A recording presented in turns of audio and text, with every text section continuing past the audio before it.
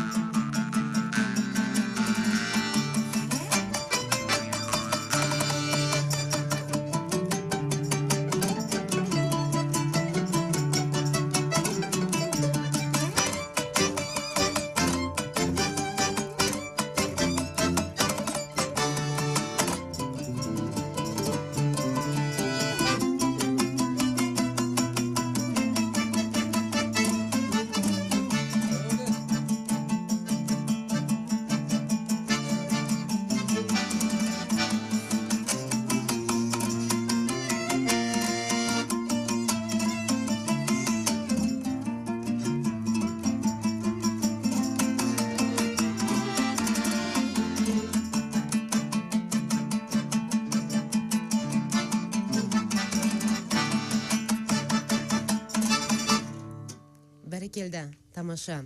Шынымен де жүлдені иеленетіндей мүмкіндігі бар екен. Енді Бауыржан, неге этно-фольклорлық ансамбльдің атын Астана сазы деп қойдыңыз?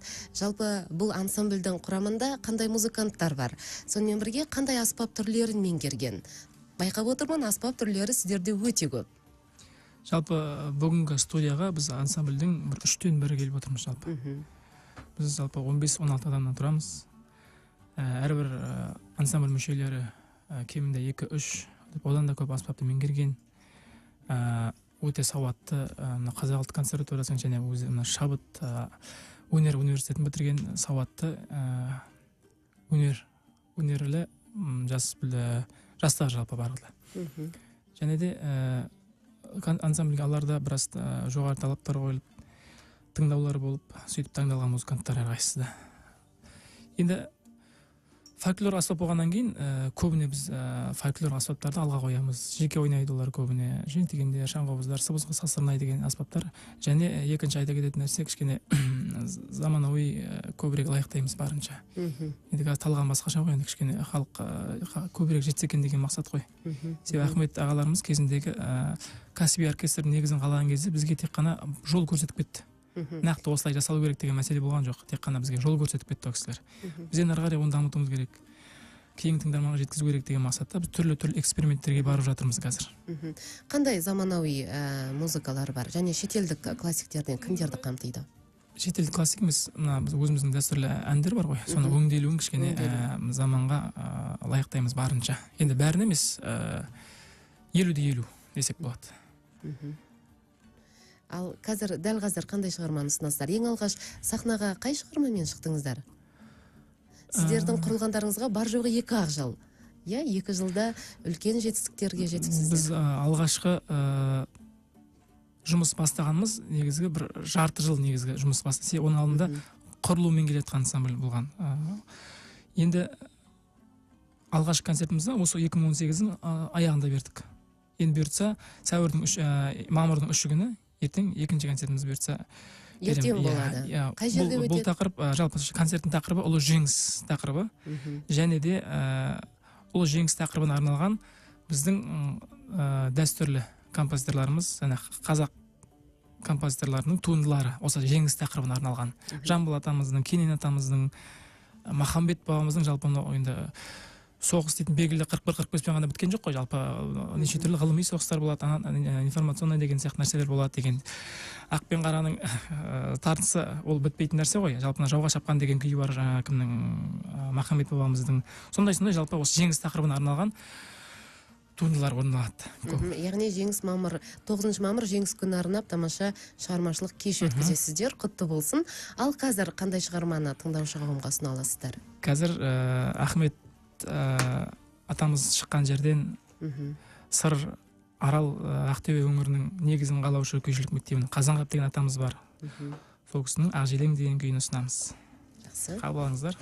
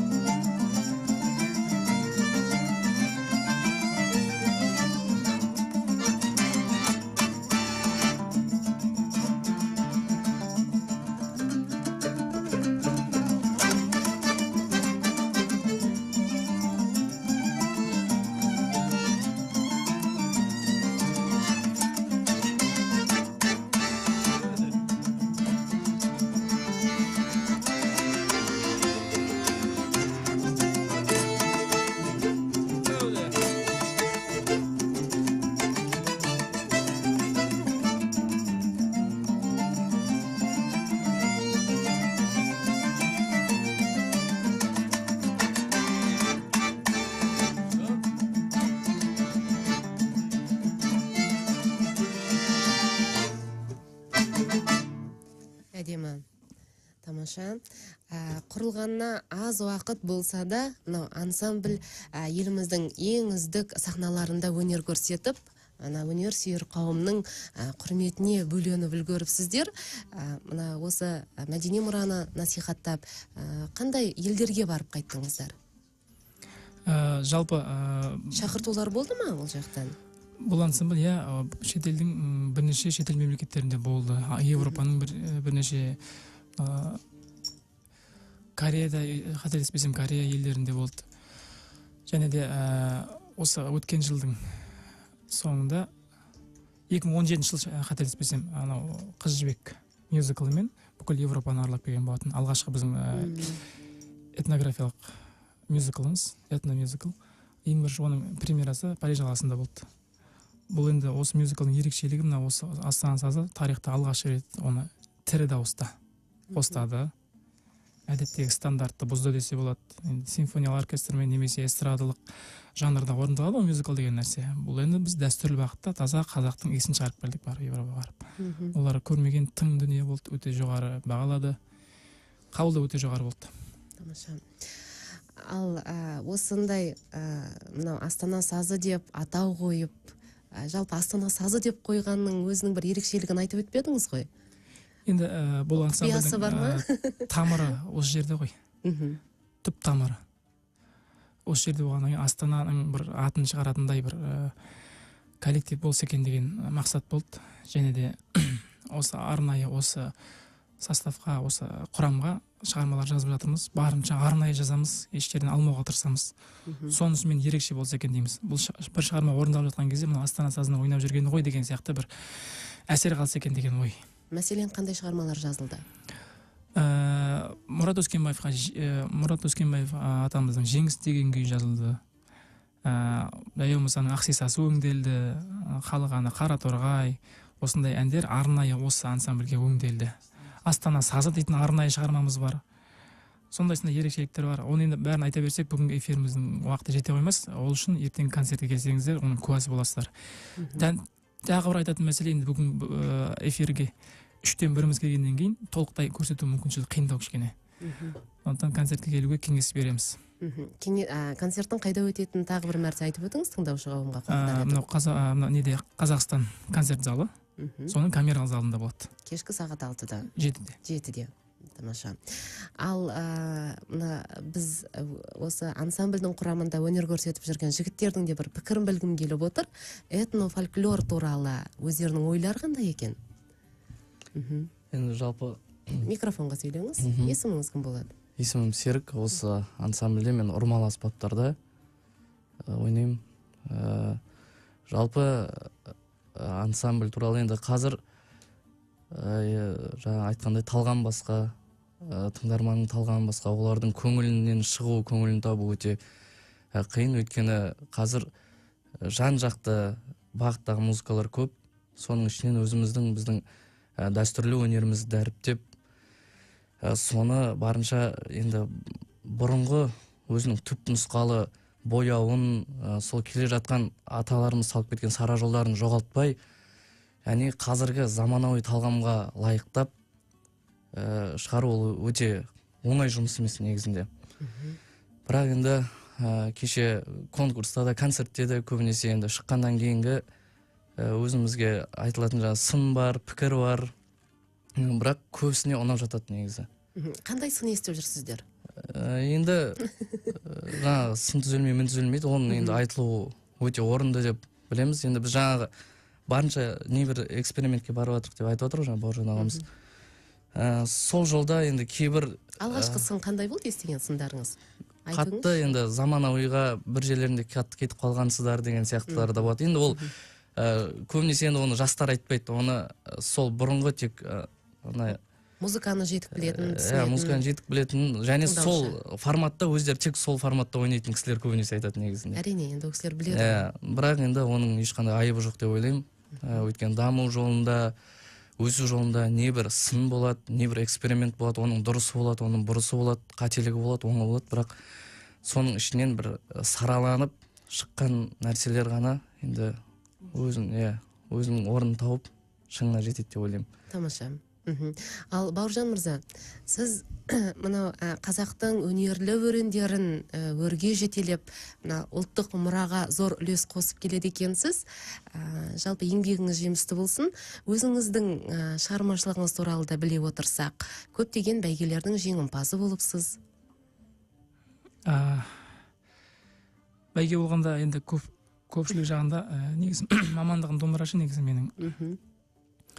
Сонымен қатар енді барынша мынау біздің дәстүрлі бағытта өңделу жағына көбірек көңіл бөліп, соңғы кезде жазып жүрген жайымыз бар.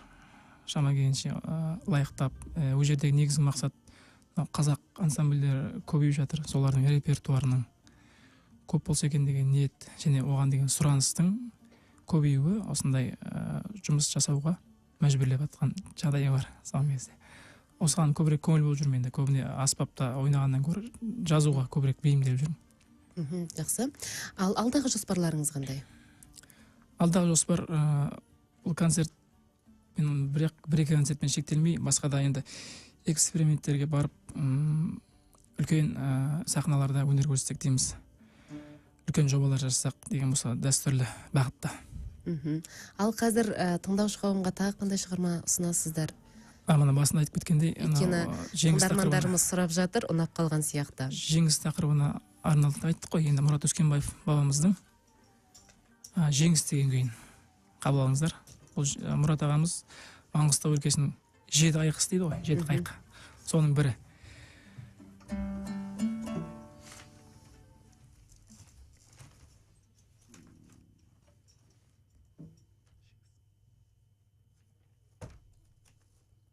Мұрат Өскенбаев, жеңіс.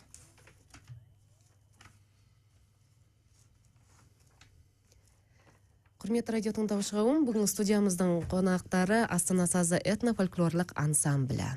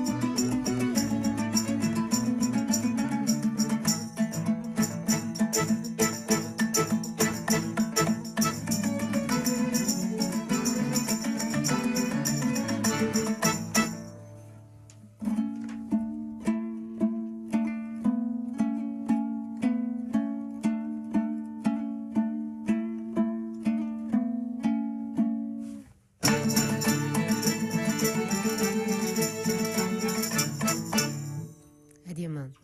Керемет. Домбырашы жігіт өте шебер орындайды екен домбыраны. Қайдан үйрендіңіз домбыраны? Қанша жасыңыздан? Микрофонға жақындаңыз. Алғаш 5-ші сыныпта оқыған кезде үйренгенмін домбыраны. Атырау қаласында ұстазым Шанаев, Сырым Шанайұлы деген кісіден домбыра үйренгенмін. Ең басты музыкалық мектепте. Кейін колледжге түсіп, Әдип Қалиғизат ағай сосын және Шабытта Тұрар ағай деген сол кісіде оқығанмын. Керемет. Жалпы өнерге жетелеген қандай ой? Өнерге жетелеген? Бала кезінен ғашық болғанбыз. Жақсы. Ал қылғобызды орындап отырған бір ғана қыздарыңыз, аруларыңызды бүгін ерте келіпсіздер. Ол кісінің де ойын тыңдайықшы, жалпы фольклор туралы. Өзіңіздің пікіріңіз қандай? Осы Астана сазы туралы қалыптасқан. Бір ауыз сөз айтыңыз. Астана саз ансамблі өзім 2 жылда жұмыс жасаймын. Ұжым өте ұнайды, жас ұжым жақсы.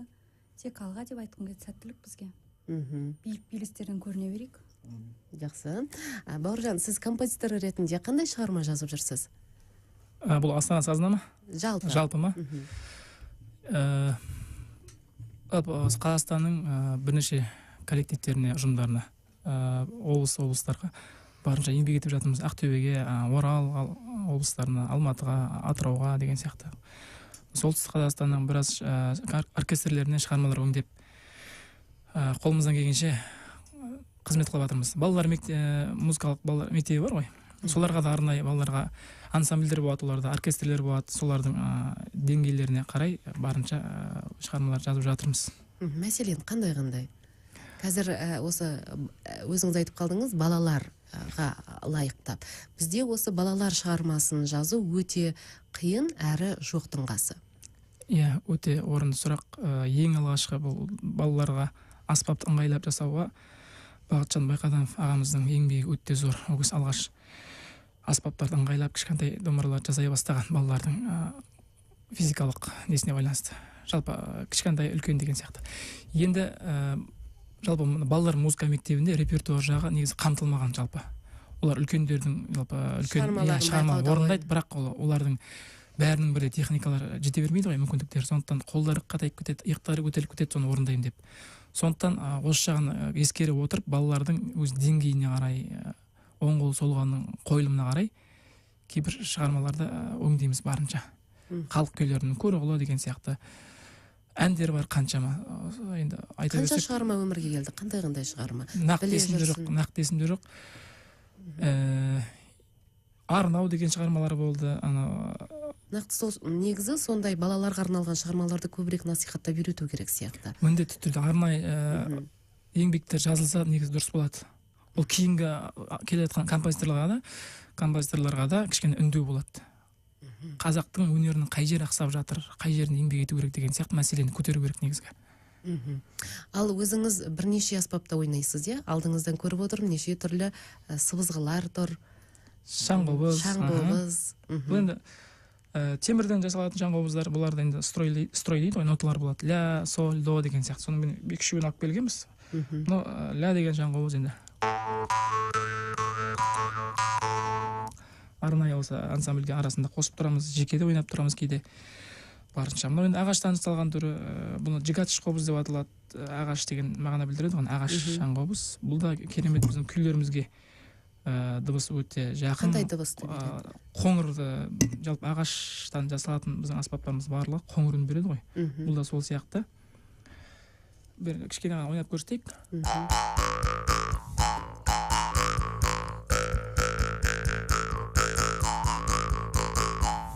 Осындай ағаштың дыбысы енді өте қоңыр болады, керемет.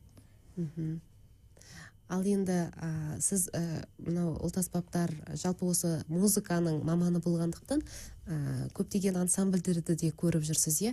Көңіліңізді қандай сұрақ алаңдатады дәл қазіргі уақытта біздің осы ұлттық мұрамызға қатысты, өнерімізге қатысты? Мұрамызға қатысты жалпы өсіп жатқан жас буын, енді бұл айтқанда қазіргі жастардың уақыты ғой, жастар жылы деп жатыр оның үстіне. Әрқайсымыз жауапкершілікті сезіну керек сияқты әрқайсымызға. Себебі бізге келген нәрсе ары қарай даму керек, міндетті түрде ол. Сол қалып қоймау керек. Конкуренция негізі тудыру керек жалпы. сол үшін кейінгі мына оқып жатқан жастар диплом алып алғаннан кейін көбісі тойға шығып кетеді, көбі шоу-бизнеске кетіп қалады, кішкене өзінің алған бағытынан айырылып қалады жалпы. Енді нан табу дейді, нарықтық заман дейді, ақша табу керек дейді, үй алу керек деген сияқты тұрмыстық тіршілік қысқаннан кейін көпшілігі ақша табу жолына түсіп кетеді.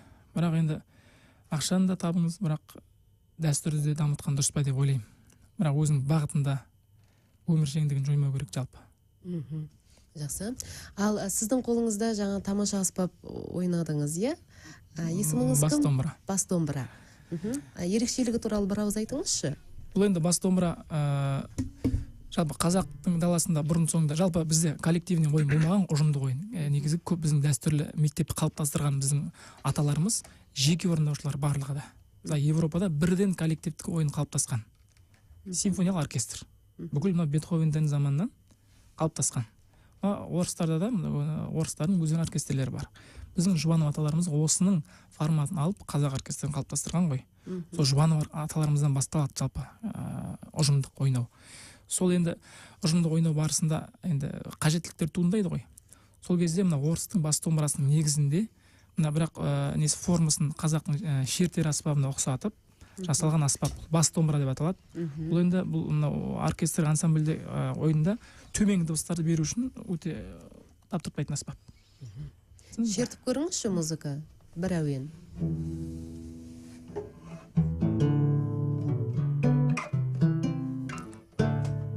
Көрдіңіз, төменгі дыбыстарды өте жұмсақ береді.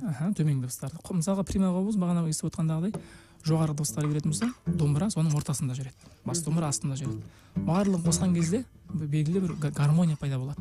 Ал баянның рөлі қандай? Баянның рөлі үлкен зор. Оның жалпы бұл диапазон өте кең. Оның бірнеше регистрлары болады. Подбородок дейміз, неше түрлі габойдың да, флейтаның да жалпы дыбыстарына керек кезде анау регистрларын өзгертіп, бір кнопканы басу арқылы керек дыбыстарды аламыз. Сондықтан бұл аспап мүмкіндігі көп. Неше түрлі штықтарды қолдана береді. Сондықтан біздің аспаптарға дыбыстың күшейтуге келген кезде таптыртпайтын аспап жалпы. Жақсы.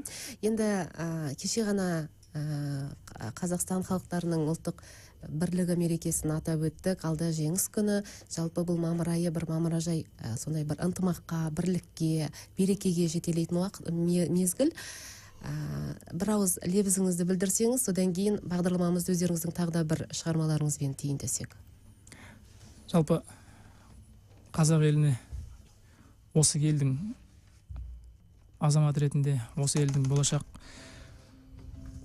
ұрпағын жалғастырушы, дәстүрін жалғастырушы ретінде баршаңызға амандық тілеймін. Ел тыныш болсын. Ел тыныш болса, бәрі де өз несімен дамиды ғой жалпы. Енді біздің қазақ тарихын қарап отырсаңыз, біздің дәстүрлі өнердің алтын ғасыры деген уақыт бар. Ол 19 ғасырдың басы мен 20 ғасырдың 19 ғасырдың аяғы мен 20 ғасырдың басы. Мына Құрманғазы, Дина, дәулеткерейлердің, тәттімбеттердің шығармашылығының туындаған уақыттары. Осы кезде біздің қазақ даласы жоңғаршылығынан кішкене азат етіліп, халық тынышталған кез. Сол кезде біздің дәстүріміз қаншалықты дамыды. Сол сияқты біздің осы қазіргі тыныштығымыз алда уақытта осы күйінде қалсын, қой үстіне бозторғай жұмыртқалаған заман болсын деп тілек айтқым келеді. Сол кезде біздің бүкіл экономикамызда, дәстүрімізде жан-жақты дамиды деген тілектемін. Рахмет, сізге айтқаныңыз келсін. Ал енді шығармаға кезек берейік. Бұл енді авторлық шығармамыз Арнау деп аталады, жалпы баршаға арналады. Жақсы, қабыл алыңыздар, құрметті тыңдаушы қауым.